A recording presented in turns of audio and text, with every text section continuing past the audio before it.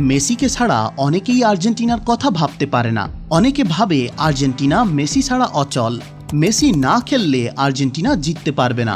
এমনই কিছু ভুল ধারণার জবাব দিল আর্জেন্টিনার নবযুগের খেলোয়াড়রা। তারা যে মেসিকে ছাড়াই জিততে পারে সেটা ভক্ত থেকে হেটার্স সকলকেই দেখিয়ে দিল আলভারেজ মার্টিনেজরা। নতুন দল কেমন খেলল, তাদের ট্যাকটিক্স কেমন ছিল, চলুন সে বিষয়ে আলোচনা করব।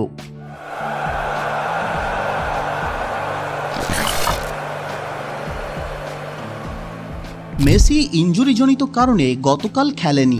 মেসির সাথে দলে ছিলেন না ডি মারিয়া, সে জাতীয় দল থেকে অবসর নিয়েছেন।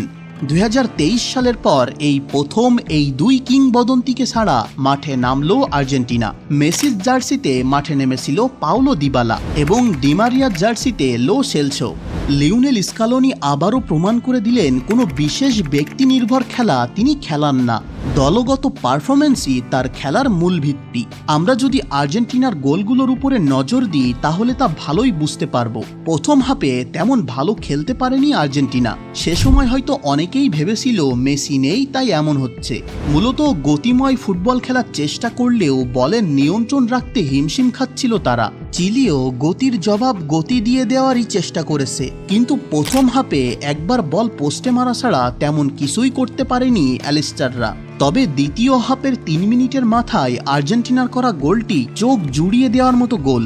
তাদের যে কম্বিনেশনে কোনো সমস্যা নেই তার পারফেক্ট এক্সাম্পল এই গোলটি।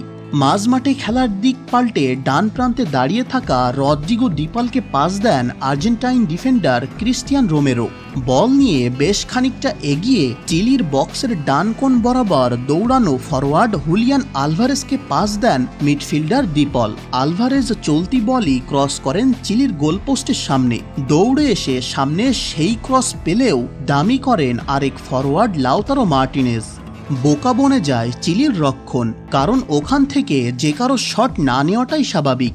মার্টিনেজ বলটি ছাড়াই সুবিধাজনক অবস্থানে দাঁড়িয়ে থাকা ম্যাক অ্যালিস্টার শট নিয়ে গোল করেন। আর্জেন্টিনার হয়ে এটি ম্যাক অ্যালিস্টারের তৃতীয় গোল। নির্ধারিত সময় শেষ হওয়ার 6 মিনিট আগে আলভারেজের কাছ থেকে ম্যাচের দ্বিতীয় গোলটি পায় আর্জেন্টিনা। চিলির বক্সের বাইরে থেকে বাঁ পায়ে দারুণ শটে চোখ জোড়ানো গোলটি করেন অ্যাথলেটিকো মাদ্রিদের এই ফরওয়ার্ড। ম্যাক অ্যালিস্টারের জায়গায় 79 মিনিটে বদলি হয়ে নামা অ্যাটাকিং মিডফিল্ডার দিবালা আর্জেন্টিনাকে এনে দেন তৃতীয় গোল। যোগ করা সময়ের 1 মিনিটে আলেহান্দ্রো গার্নাচোর পাস থেকে বাঁ কোণের দুরূহ জায়গা থেকে কোনাকুনি শটে গোল করেন মেসির 10 নম্বর জার্সি পরে নামা দিবালা। তো আর্জেন্টিনা যে মেসিকে ছাড়া পারে এটা দেখিয়ে দিল। তো এই ম্যাচ সম্পর্কে আপনার মতামত কি অবশ্যই কমেন্ট করে জানাবেন। আর ভিডিও আপাতত এতটুকুই, কথা হবে পরের ভিডিওতে। ততক্ষণের জন্য চ্যানেলটি সাবস্ক্রাইব করে সাথে থাকেন।